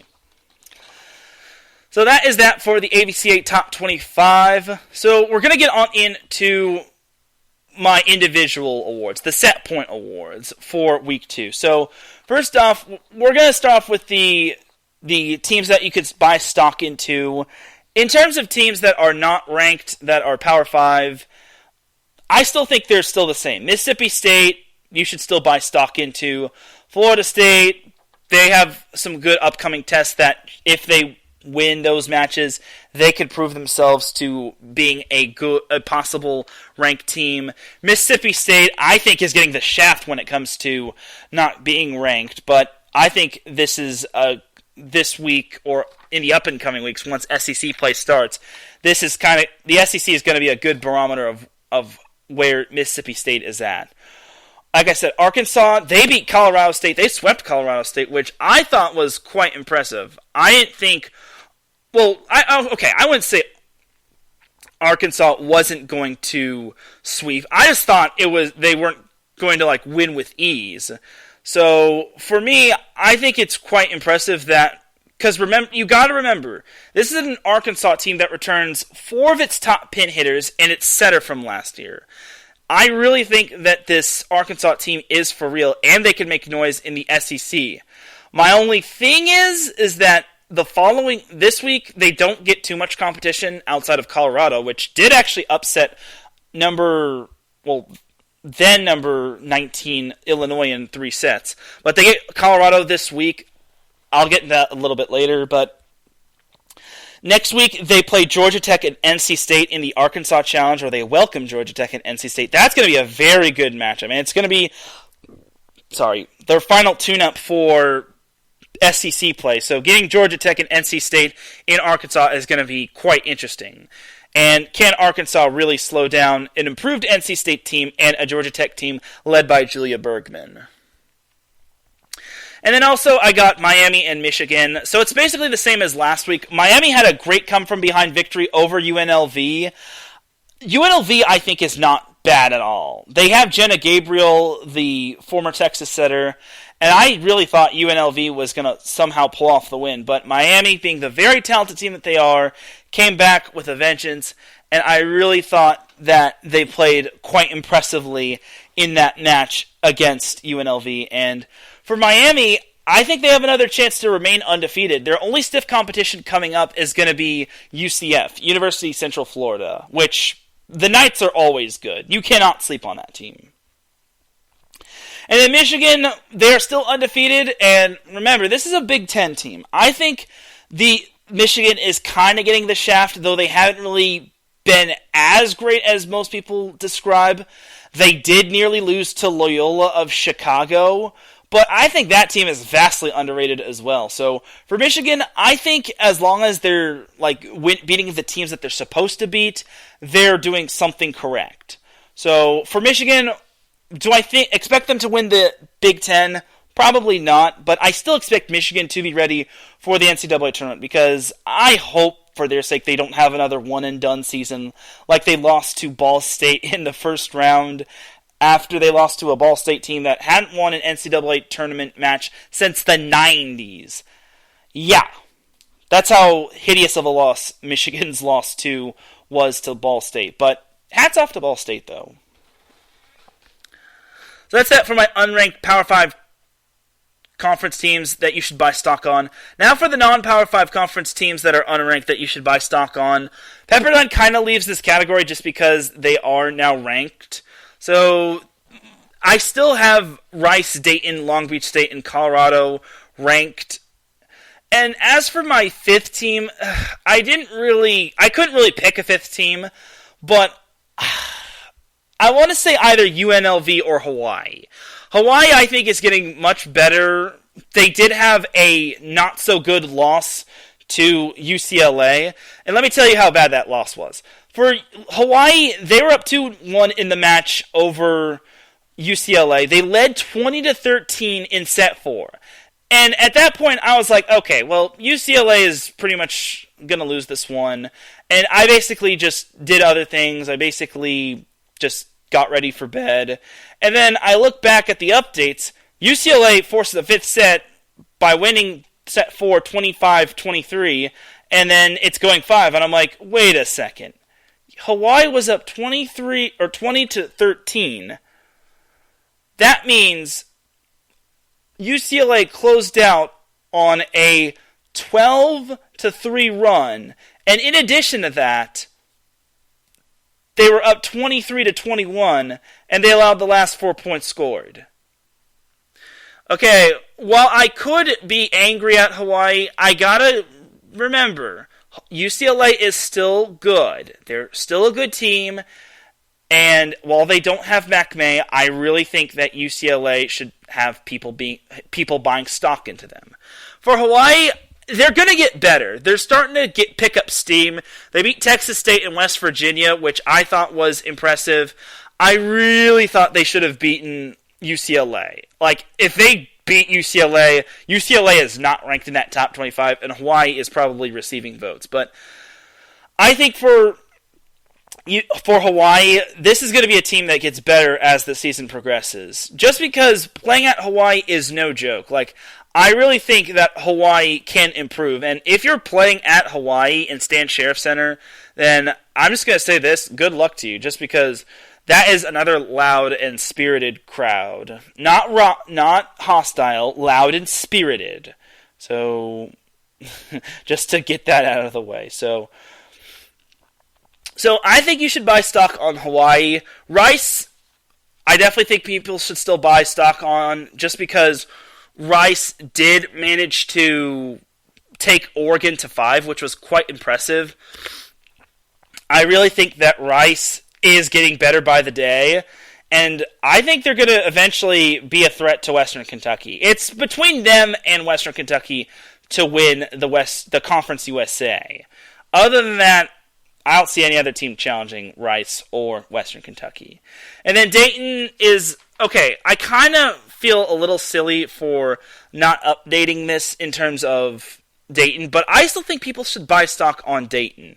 Dayton, I think, can pretty much roll over their conference before, Dayton, I think, can pretty much win their conference with pretty much the easiest of ease. I'm not going to say they're going to, steamroll through the conference, because that would imply that their conference is basically a cakewalk. It's kind of like the NFC East. But last weekend was kind of a rough weekend in the Georgia Tech Invitational. They actually got reverse swept by Arizona State, which is yeah, that was kind of painful for Dayton, as, you can't have that. But I still think there is, and then they also lost to Georgia Tech in straight sets. But here's my thing for Dayton. They get another chance. This weekend they play Illinois. If they beat Illinois, and I definitely think they can beat Illinois, they can definitely win more hearts from people that they kind of lost.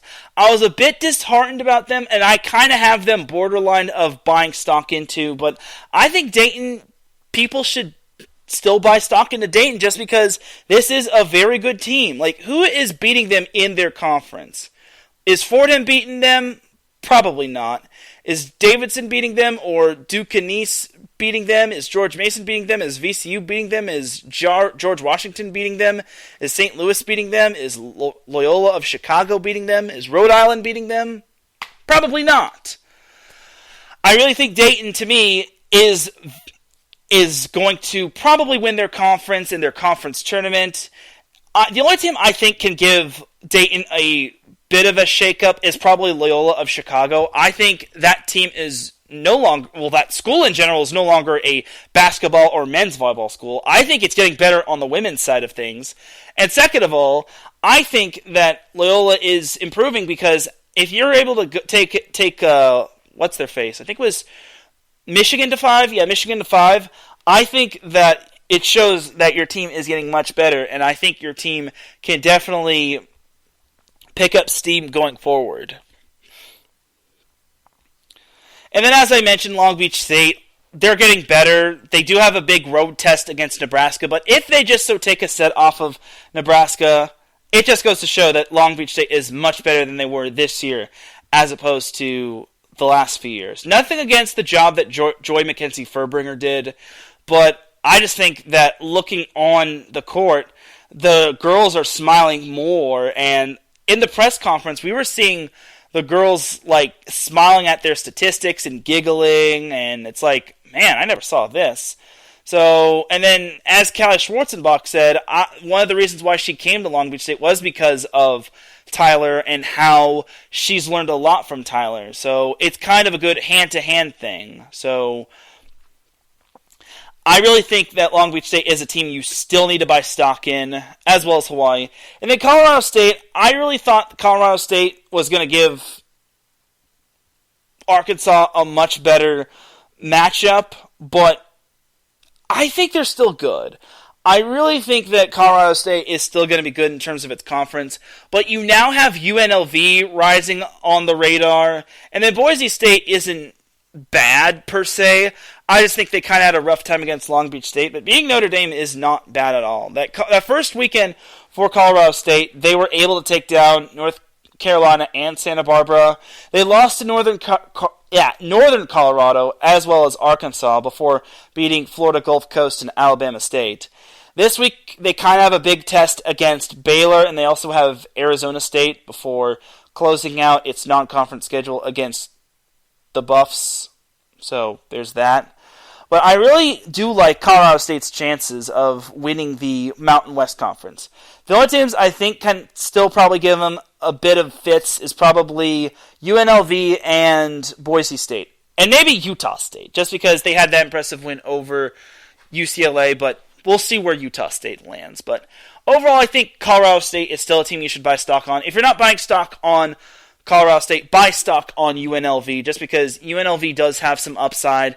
Remember, they made the NCAA tournament in that same year in the COVID shortened season. So, yeah. So those are my teams that you should buy stock on in terms of NCAA women's volleyball teams. Jumping over to my team of the week. So my team of the week for week 2 is Kentucky. I'm just going to get that out of the way. Kentucky is my team of the week for the NCAA women's volleyball season of week 2. Now, I actually tweeted this out earlier, and I was surprised at how much this blew up. And it's like, goodness gracious, I can't believe how many people, in terms of Kentucky fans, reacted to this. So, the first person that retweeted this was Hunter Mitchell, and I think he's like the beat writer of University of Kentucky women's volleyball or any sort of University of Kentucky sport. But he is a graduate of Kentucky, and he's a sports fan. And I think he does a great job, and I kind of interacted with him last week. But I really was not expecting this whole thing of my tweet of Kentucky being my team of the week to blow up. Like, I was very shocked about this. So the reason why Kentucky's my team of the week is because they won the Blue Jay Invitational at Creighton. So how Kentucky did it was they beat University of Northern Illinois, I want to say, in 3 sets. And then the day after, they beat Creighton in 4 sets. But beating Creighton was not what impressed me. How they beat Creighton was what impressed me. Keep in mind that Creighton was number 17 while Kentucky was number 16. And this was a true road game for Kentucky. So the first set, Creighton won 25-19. And the second set, Kentucky won 25-16. And then the third set, get this. So as we all know, Kentucky lost to Creighton in straight sets last year. Through the first 2 sets of this match, it was 1-1. The third set, Kentucky laid down the wood against Creighton. You're all not going to believe this. Kentucky beat Creighton in set 3 25-5. 25-5. I was just astounded by that. And 3 of Kentucky's points were basically kills. The other 2 were basically hitting errors from Kentucky. I was very perplexed by this. I'm like, what? Kentucky gave Creighton a spanking in that set. And then set 4, Kentucky won at 25-21. But oh my goodness. Kentucky beating a home team by that big of a margin should not be happening. I don't know what happened with Creighton, but Kentucky really opened my eyes. I'm like, whoa, Nelly, dude. It's like, that's what I call opening a can of whooping on that other team. This is no disrespect to Creighton, but I don't know how you only score 5 points.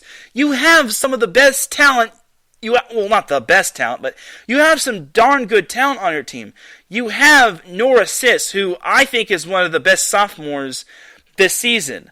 You also have Keely Davis and a bunch of other talented players as well on your team. And to only put up 5 points in set 3 on your home floor?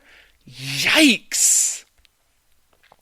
Kentucky, on the other hand, was led by Reagan Rutherford in the win over Creighton, who had 25 kills, and she hit a blistering 524. And then Adana Rollins also added 10 kills. And I'm not going to get too much into the Creighton match, but Kentucky really laid down the wood. They even hit 400 for the match. And in addition to beating Creighton, Kentucky also beat then number 25 USC in straight sets, which I did not think was too surprising.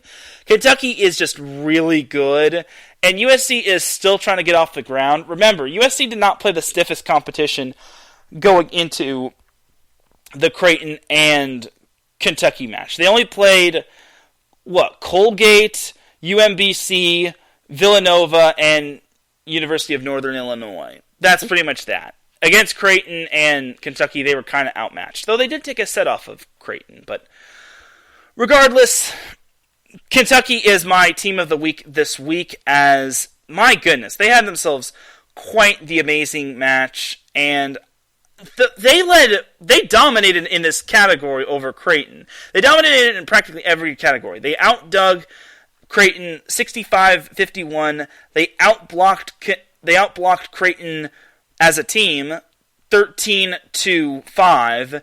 They out-aced them 7-4. They out-hit Creighton 400-133.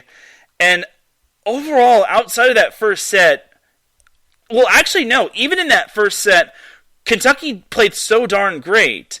They hit 438 in that first set. It's just that Creighton just had other plans. They hit 452, which I think is just as good. So I think it took Kentucky a little bit more of a while to get it going, but I just think Kentucky really laid down the wood against Creighton in this match following that second set. So that's why Kentucky is kind of my team of the week this week. Not just for the 3-0 record, not just because they won a tournament, not just because they defeated a ranked opponent on the road, but because they were able to lay down the wood all over Creighton. And I was going back and forth with this team and Pepperdine, but I just think that Kentucky's wins were just so much more impressive. I'm not trying to take anything away from Pepperdine. I am happy that Pepperdine defeated Baylor, and I am definitely being proven right in terms of people buying stock into Pepperdine. But for me, Kentucky, bouncing back from that hideous week where they lost to Marquette, which was not ranked. Keep in mind they lost to Marquette at Kentucky in Lexington. And then eventually they bounced back, defeated Ohio. But still, that loss with against Marquette really did not sit well with me. But I really think that for Kentucky to just bounce back in a big way on the road speaks to high volumes of how good this Kentucky team is. And the SEC is going to look really interesting in terms of Kentucky, Florida, Mississippi State, Tennessee, once they get their stuff together, Arkansas, South Carolina could be a sleeper team. Ole Miss is starting to pick up steam. They're playing some stiff competition. So that's a team you don't want to sleep on as well. I really think that the SEC is going to be a barn burner this year. So that is my team of the week for week number 2. Jumping over to my stat stuffers. So I apologize to this person in general. I forgot about last week. I had Rachel Fairbanks as my triple-double gal from last episode, but I totally forgot about this girl, Fiona Schrader of Notre Dame. She actually had a triple-double in Notre Dame's win over Milwaukee, not last weekend, but the weekend before. She had 11 kills, 13 digs, and 33 assists, and it was the first triple-double registered by a Notre Dame player since 2016. So For Fiona Schrader to register a triple-double, my hat goes off to you. And she played well against Long Beach State. It's just that, unfortunately, being in a 5-1 offense, you're kind of either setting the offense more times than not, or you're basically trying to fool the other team into hitting the ball. And she did get Long Beach State's players off guard, but I just think that Long Beach State was ready for her. But Fiona Schrader is definitely a player that you should all invest stock in. She is definitely a great player for Notre Dame, and she's going to be a great little, I wouldn't say quarterback for Notre Dame in terms of the offense, but I just think she's going to be a great floor general as the years go by. Notre Dame has to hang on to her. They have to make sure she does not transfer. They have to make sure she is happy as a clam, and she is definitely satisfied in South Bend. So that was kind of my forgotten about stat stuffer. So for this week's stat stuffer, we're actually going to go to the high school volleyball side of things. As last week, this nice little girls volleyball player, Reese Olson of Corona Del Mar High School, she registered 3 triple-doubles in 3 nights. So basically she had 3 straight triple-doubles as Corona Del Mar played 3 straight opponents. They played South Torrance on last Monday, Dana Hills on last Tuesday, and St. Clemente on last Wednesday. So against South Torrance, Reese Olson had 13 kills, 13 digs, and 27 assists. Against Dana Hills, she had 12 kills, 10 digs, and 22 assists. And against St. Clemente, she had 16 kills, 14 digs, and 22 assists. Those stats are courtesy of Corona Del Mar High School. And all of those matches that Reese Olson played in, those were wins. Basically, and in addition to that, Corona Del Mar beat those said opponents in 5 sets. They just beat them differently. They beat South Torrance on the road in 5 sets, which I thought was an impressive win on its own. I was at the Dana Hills match, and Dana Hills nearly reverse swept them, but the fact that Corona Del Mar was able to have resilience and grit in that 5th set especially speaks to high volumes of how they have improved mostly. And then we have the St. Clemente match. Oh, the St. Clemente match. This is going to be a fun match to recap. So I was also at the St. Clemente Corona Del Mar match, and this is kind of the Battle of the Beaches, or the Battle of the Coasts. So for Corona Del Mar, they wound up winning that match in 5 sets. They actually were down 24-22. They scored the next 4 points off of a free ball kill, 2 straight service aces, and a block at the net. And then they eventually just stormed in the 5th set and won it 15-5. And in that match, this is another big stat stuffer for Corona Del Mar. They had a grand total of 96 digs.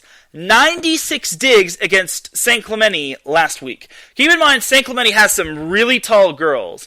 That team has loads of height on that team. It's so amazing that St. Clemente has a lot of great height on their team. But as I was told from a good buddy of mine, St. Clemente has mainly beach volleyball players. But still, that's great height regardless. But back to the 96 digs. For Corona Del Mar to register 96 digs, and this was courtesy of Corona Del Mar High School and their statisticians, that is quite amazing. Believe it or not, the Big Ten, according to Emily Eman of the Big Ten Network, in the Big Ten Conference last season, there were only 4 matches that had a team have 96 or more digs in conference play. That just goes to show that it was a big win for Corona Del Mar. It was a statement win, that's for sure, but it was a big win of how they won. 96 digs is a high amount. So Corona Del Mar does get the little bit of a stat stuffer recognition. I'm not too keen on covering high school volleyball, but for them to have 96 digs, for them to win 3 straight 5-set matches, for one of their players to get 3 straight triple-doubles on 3 nights, is definitely stat stuffer worthy. And honestly, it's a hats off to Corona Del Mar. And they have also eclipsed their win total from last year. Last year they only had 11 wins with their first year head coach Bailey Humus. Now they have 14 wins, and they appear on track to improving their season, and heaven knows where they're going to go in terms of the playoffs this season. So that is that for my stat stuffers for week number 2. Now let's jump on into the NCAA women's volleyball matches to watch for in week 3. And I'm just going to really skim through these matches just because I am nearing the 2-hour mark, and I don't like being over 2 hours just because we got off to a late start, and honestly, we have to get on out of here pretty soon.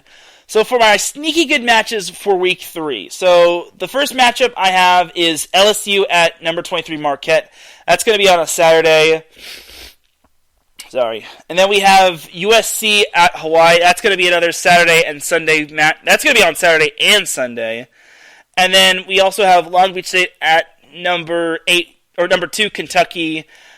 I was not going to leave that out there just because, I think that that's a great matchup just because Tyler Hildebrand returns to facing his old team. Same with Callie Schwarzenbach. It's basically a little homecoming for those two. And then and that's on a Saturday as well. And then my last matchup to watch for in terms of the sneaky good department is UNLV at number 19 Kansas. I think it's going to be a nice little test for the Rebels. Kansas is undefeated, and this is kind of a little bit of a test for them. Before they get to UNLV, they also play Kansas City or UMKC, as well as Wichita State. But I think this is going to be a good little test for Kansas, as the opponents they've defeated are Utah Valley, Utah, which I thought was an impressive win, LMU, Temple, Army, and UConn. Now, of those 6 wins, the only one that really stood out to me was Utah. Other than that, they don't really have a true test coming up until that UNLV match. And they won't have another test until they face UCF, and then they jump into Big 12 conference play against Texas, which is a home game for them. But I digress. So those are all your sneaky good matchups to watch for. Then on the notable matchups, we have number 2 Nebraska at number 17 Creighton on Wednesday, number 24 Pepperdine at number 13 Washington, which I want to say that's on a Friday. I actually forgot to mark which day that matchup was going to be on, which is my bad. But Pepperdine at Washington is going to be a very good matchup to watch for just because, well, it's Pepperdine's first road test, second road test actually, but this is their chance to possibly knock off another ranked opponent and possibly boost their stock. And that matchup is going to indeed be on Friday. It's actually going to be the first of a doubleheader for Pepperdine. It's going to be an 11 a.m. start, so no time change, but honestly, I think it's going to be a huge test for the Waves. I think Pepperdine can hang with Washington, but Washington does return quite a number of talent. They have Maren Grote, they have LMA Powell, they have Shannon Crenshaw. I really think that this Washington team is going to be tough to handle for the Waves. But do I give Pepperdine at least some sort of chance? I definitely do. And here's the thing about Pepperdine. It's going to be a nice little homecoming for Steve Astor, who was a volunteer assistant coach. Now he's an assistant coach for Pepperdine, and I think it's going to be quite the interesting battle for Pepperdine. And like I said, Shannon Crenshaw, Maren Grote, LMA Powell, and Keegan Cook leading the helm is really going to be quite the test for Pepperdine. And you also got to throw in Claire Hoffman as well. Can't forget about Claire Hoffman. And Maddie Ensley has done great as an outside hitter, even as a sophomore. So there you go. Other notable matchups to watch for is Florida State versus number 17 Creighton at the University of Omaha on Friday. Number 18 Oregon at number 3 Minnesota on Friday in the Big Ten Pac-12 Challenge. Penn State versus Stanford number 20 Penn State versus number 11 Stanford at Minnesota on Friday. Then on Saturday we have Utah at number 12 San Diego. Then number 20 Penn State versus number 18 Oregon at Minnesota, which is also on Saturday. And now jumping over to the definitely noteworthy matchups to watch for. We have on Sunday, number 8, well, I guess I shouldn't be going backwards, but we'll go backwards. Number 8, Ohio State versus number 5, Georgia Tech. I want to say that's going to be my match of the week right there. And as a matter of fact, that's going to be my match of the week. My match of the week is number 8, Ohio State at number 5, Georgia Tech. It's going to be a fun matchup. It's going to be Sunday. Great way to cap off week 3. And honestly, Ohio State is not pulling any punches when it comes to ducking strong opponents. I think this Ohio State team is going to be ready and willing for certain teams, and they are not going to play games. I really think that Ohio State has a lot of upside, and they really proved themselves against Louisville this past weekend. Then we have Stanford, number 11 Stanford at number 3 Minnesota on Saturday. Kind of a revenge game for the Cardinal, just because Minnesota was the team that ended their season, and it was also the team that I thought that was going to lose in the round of 32 to Stanford. Oops. But I think Stanford should be better this year. They look so much good with Kendall Kipp, Katie Baird, Sammy Francis is now playing middle.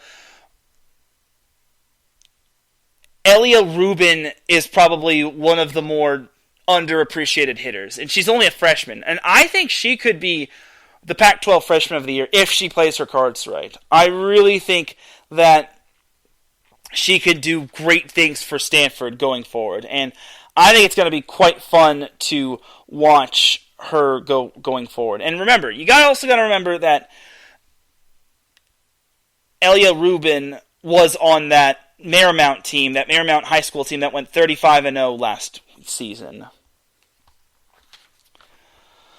So there's that right there. And then we also have number 9 Purdue at number 4 Louisville. Purdue is flying under the radar, and honestly, I am very excited to see what Purdue has to offer. Now can they beat Louisville at Louisville? That remains to be seen.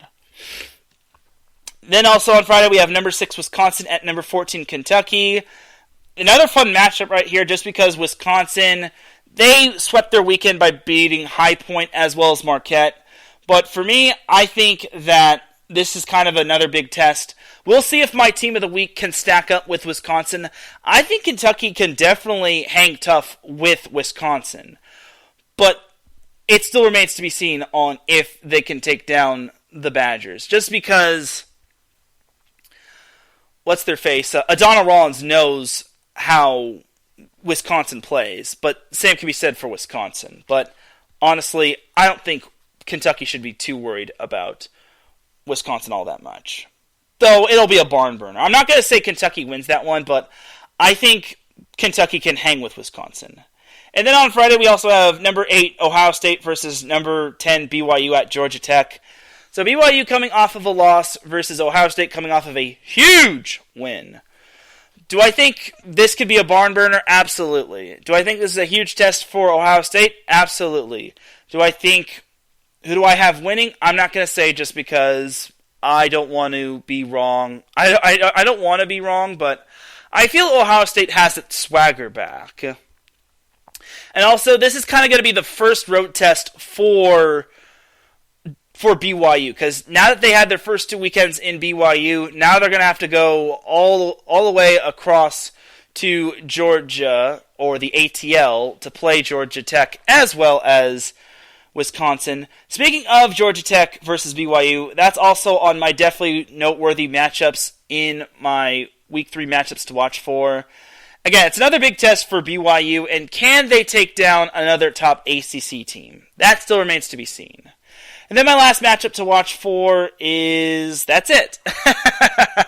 That's actually my last matchup to watch for. I miscounted, and yeah. But back to Ohio State BYU. It's basically the battle of a true Power 5 contender versus a non-Power 5 contender. So that is that for my Week 3 matchups to watch for this week. And ladies and gentlemen, that is going to do it for this week's episode of Set Point. I know I nearly went 2 hours, but it is time to drop that beat, as I'm about to dip like a banana in chocolate. You feel me? Thank you, everyone, for tuning in to Set Point. Once again, I know I nearly went 2 hours, but I have a lot of volleyball to cover. What can you do? Thank you to everyone that joined the live chat. Adam Karnick, Gina G, Mike Pat, and Larry B. Thank you to everyone that has continued your support of Set Point. If you are listening live, I appreciate you. If you're listening on the playback, I appreciate you. If you listen at work, I appreciate you. If you listen at night, I appreciate you. If you listen on the East Coast, I appreciate you, such as Patty Back. Shout out to her. If you listen at any time, any point, anywhere, I appreciate you. Next week, I can guarantee you, since there's not going to be any AVP this weekend, the show will not last nearly 2 hours. But until then, you all have yourself a great rest of the week. Enjoy the volleyball action. Stay cool for those that are in California. I will see you all on Friday for the SoCal Supreme Sports Show. But until then, have a great weekend. Peace!